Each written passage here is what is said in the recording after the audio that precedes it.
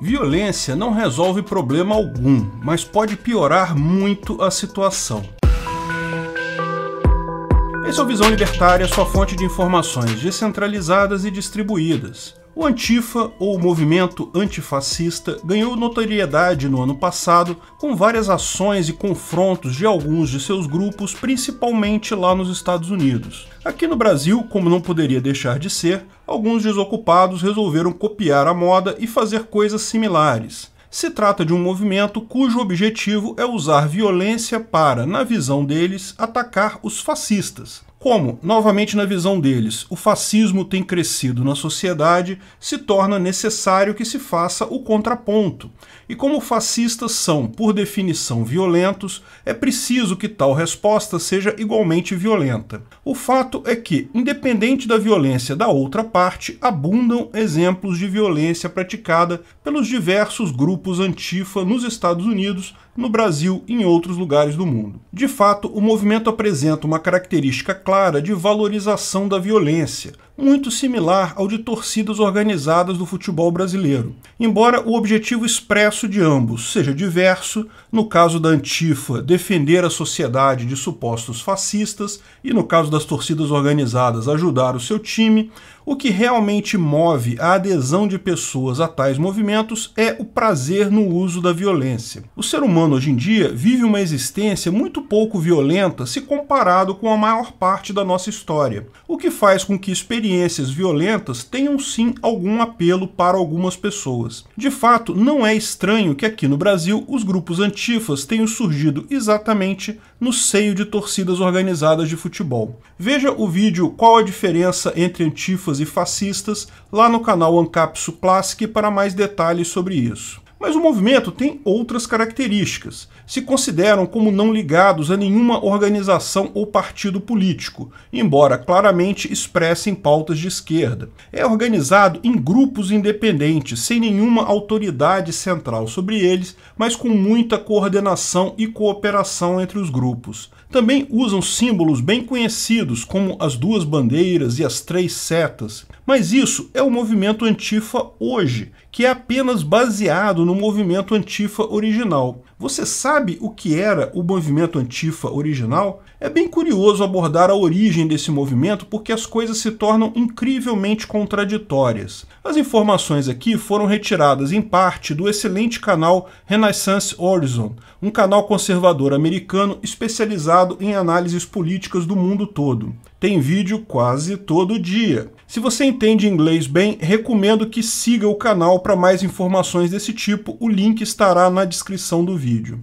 Todos sabem que o movimento antifa começou como uma reação aos fascistas na Alemanha, na década de 1920, certo? Numa época que o fascismo, o nazismo e outras ideologias políticas autoritárias abundavam na política alemã, correto? Bem, a história não é bem assim. De fato, a Antifa surgiu na política alemã com o nome Roter Frontkampfverbund, ou Aliança Vermelha, e era apenas uma das milícias violentas ligadas a partidos então. Após o fim da Primeira Guerra Mundial, a política alemã estava uma bagunça completa durante a chamada República de Weimar. A violência tomou conta do discurso político. Eram 4 as grandes forças políticas que tinham destaque nessa época e todas elas tinham grupos violentos de protesto que as apoiavam. O DNVP, Deutsche Nationale Volkspartei, ou Partido do Povo Alemão Nacionalista, eram os conservadores nacionalistas. Estavam insatisfeitos com o fim da monarquia, com a República de Weimar,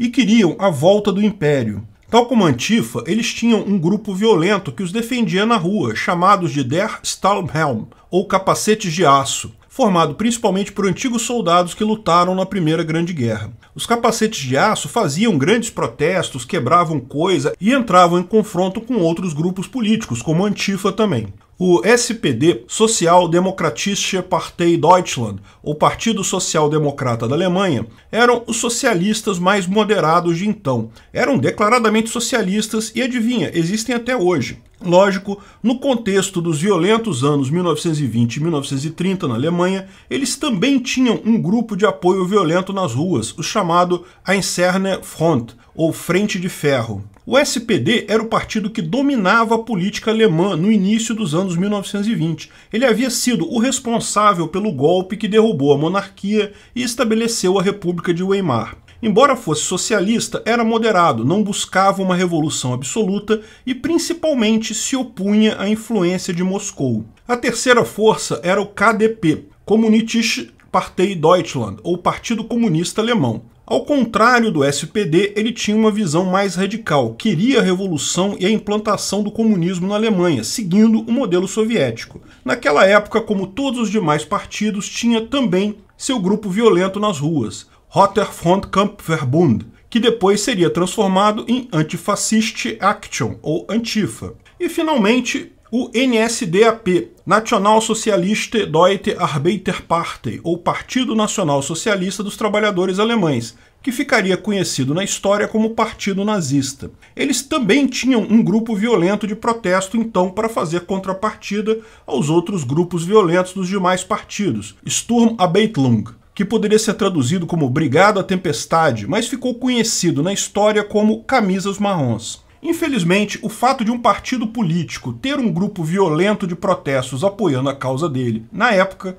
acabou fazendo com que os demais partidos também se armassem dos mesmos grupos violentos de protesto. No final, isso acabou marcando a política alemã da época com um enorme radicalismo e violência. E as associações não eram sempre as que você imaginaria. Por exemplo, o símbolo das três setas, que hoje é usado pela Antifa, surgiu com a frente de ferro do Partido Socialista, que era contrário aos outros três partidos. Em alemão, o cartaz diz Gegen Papen, Hitler e Thälmann, ou contra Papen, Hitler e Thälmann. Repare, a primeira seta é contra a monarquia, contra o DNVP. Franz von Papen era um líder do DNVP. A segunda seta era contra o nazismo. Hitler dispensa apresentações. E, finalmente, a terceira seta era contra a Antifa, contra o Partido Comunista. Ernst Thälmann era o líder do Partido Comunista, do KDP, e era também o líder da Antifa. O símbolo usado ali, lógico, como os outros dois símbolos, não era o símbolo da Antifa, mas o do partido que comandava a Antifa. Curioso ver como hoje a Antifa usa um símbolo, as três setas, que originalmente era contrário a ela própria. Agora, você reparou uma coisa? Não tem nenhum partido fascista ali. O nazismo, embora seja igualmente condenável, não é o mesmo que o fascismo. Sabe quem são os fascistas que o Antifa original foi criado para ser contra? Exato, o SPD, os socialistas, que eram chamados pelos comunistas alemães de fascistas. A origem dessa briga foi justamente entre os dois partidos de esquerda, o SPD e o KPD, os socialistas e os comunistas. Veja, eles planejaram em 1918 uma revolução comunista na Alemanha. Porém, após poucos dias, o SPD voltou atrás e abandonou os comunistas, que dessa forma fracassaram. A grande briga ali era entre diferentes tons de vermelho. Os fascistas, quem diria, eram os socialistas na visão dos comunistas. E os socialistas dedicaram uma das três setas do seu símbolo para ser contra justamente os antifas, que eram os comunistas. No final das contas, embora nenhum deles gostasse dos nazistas, o fato é que eles se odiavam muito mais entre si. Isso explica muito porque, nessa bagunça toda, cheia de violência e partidos políticos armados com grupos de protesto violentos, os nazistas acabaram ganhando a parada. Os outros se odiavam mais entre si do que odiavam Hitler. Não me entenda mal, houve sim brigas entre antifas e camisas marrons, ou seja, entre comunistas e nazistas, mas as brigas maiores eram entre antifas e frente de ferro e entre antifas e capacetes de aço. Da mesma forma, a frente de ferro chegou também a brigar contra os camisas marrons, mas ela brigava mais com os antifas e com os capacetes de ferro. Ou seja, houve briga de todo mundo ali, mas nessa história os nazistas não eram os mais odiados. A coisa era tão complicada que o Partido Socialista e o Partido Conservador acusaram em determinado momento, na década de 1920, de haver uma coalizão secreta entre nazistas e comunistas, uma espécie de, olha só, pacto de não agressão, visando fortalecer as ações desses dois grupos frente aos outros partidos. Pior, em 1931, os movimentos declararam abertamente uma aliança no parlamento prussiano. Exato, o KPD, ou Antifa, era aliado do NSDAP, os nazistas, no início da década de 1930. Ernst Thälmann, o líder do KPD e dos Antifas, publicamente declarou que Hitler é o camarada dos trabalhadores. Isso sequer seria algo tão impossível de imaginar. Afinal, os comunistas, o KPD, era ligado a Moscou. E todos sabem que uma das primeiras coisas feitas por Hitler, quando chegou ao poder, foi um pacto de não agressão com Stalin, o Pacto Molotov-Ribbentrop. Na Alemanha, porém, a aliança dos camisas marrons, ou os nazistas, com os antifas, ou comunistas, não durou muito tempo. Como o partido nazista foi ganhando força política e deixando os demais para trás, passaram a diretamente sabotar o Antifa. De fato, Hitler, no meio da década de 1930, parou de usar jargões marxistas, que eram comuns nos seus discursos até então, para atrair mais eleitores de apoio do centro, e acabou,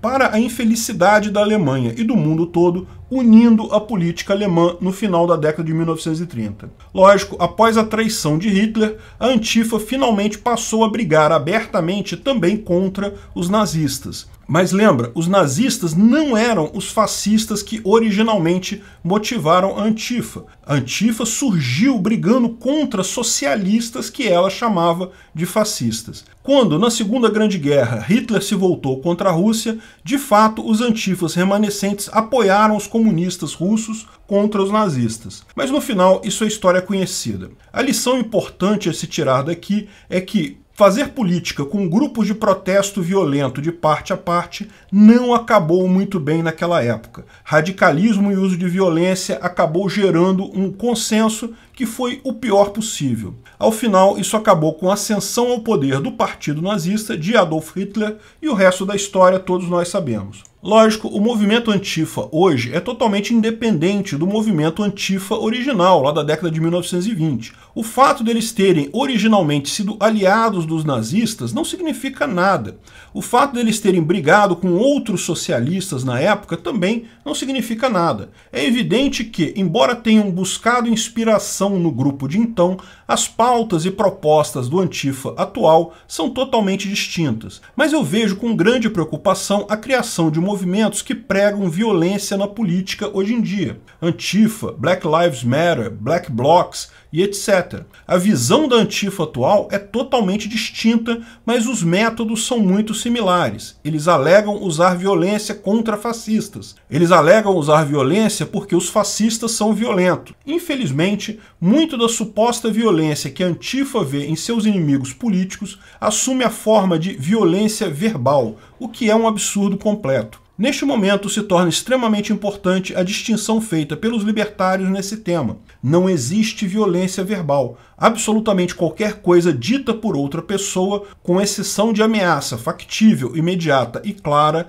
é apenas uma forma de expressão e não implica em violência. Sim, a liberdade de expressão absoluta envolve, inclusive, aceitar mentira, difamação, injúria, calúnia. Nada disso pode ser usado para justificar violência física contra outra pessoa, uma vez que nada disso é violência. Absolutamente, em situação alguma, uma palavra pode ser respondida com violência, com exceção, como já colocado, de ameaça de uso de violência, e mesmo nesse caso precisa ser uma ameaça imediata, clara e factível. O uso de violência na política só pode acabar levando o uso de violência pela outra parte. Não é à toa que vemos surgir também, hoje, grupos conservadores violentos nos Estados Unidos. É um movimento muito preocupante. É preciso separar discurso de violência física, sob o risco de repetirmos a história da República de Weimar, que todos sabemos não acabou bem. Opiniões, mesmo sendo injustas, mesmo ofendendo, mesmo palavrões, mesmo palavras ríspidas, podem nos ofender, mas não quebram nossos ossos. Deve-se responder palavra com palavra, por pior que sejam. Se for o caso, use palavras ruins também na resposta, mas jamais parta para a violência. Obrigado pela audiência. Esse vídeo foi um oferecimento de armataweb.com, cloud e serviços de data center, 100% de compromisso com a satisfação e privacidade dos clientes. Aceitamos Bitcoin, veja o link na descrição do vídeo. Se você gostou desse vídeo, clique no like e compartilhe ele em suas redes sociais. Se inscreva no canal para nos ajudar, clicando no botão vermelho abaixo. Se quiser ser avisado de novos vídeos, clique no sininho ao lado. Se você quiser comprar camisas e outros itens do Visão Libertária, veja nossos itens no site Pimenta no Café, pimentanocafé.com.br/Visão Libertária, tudo junto sem acento, ou clique no link da descrição. Até a próxima!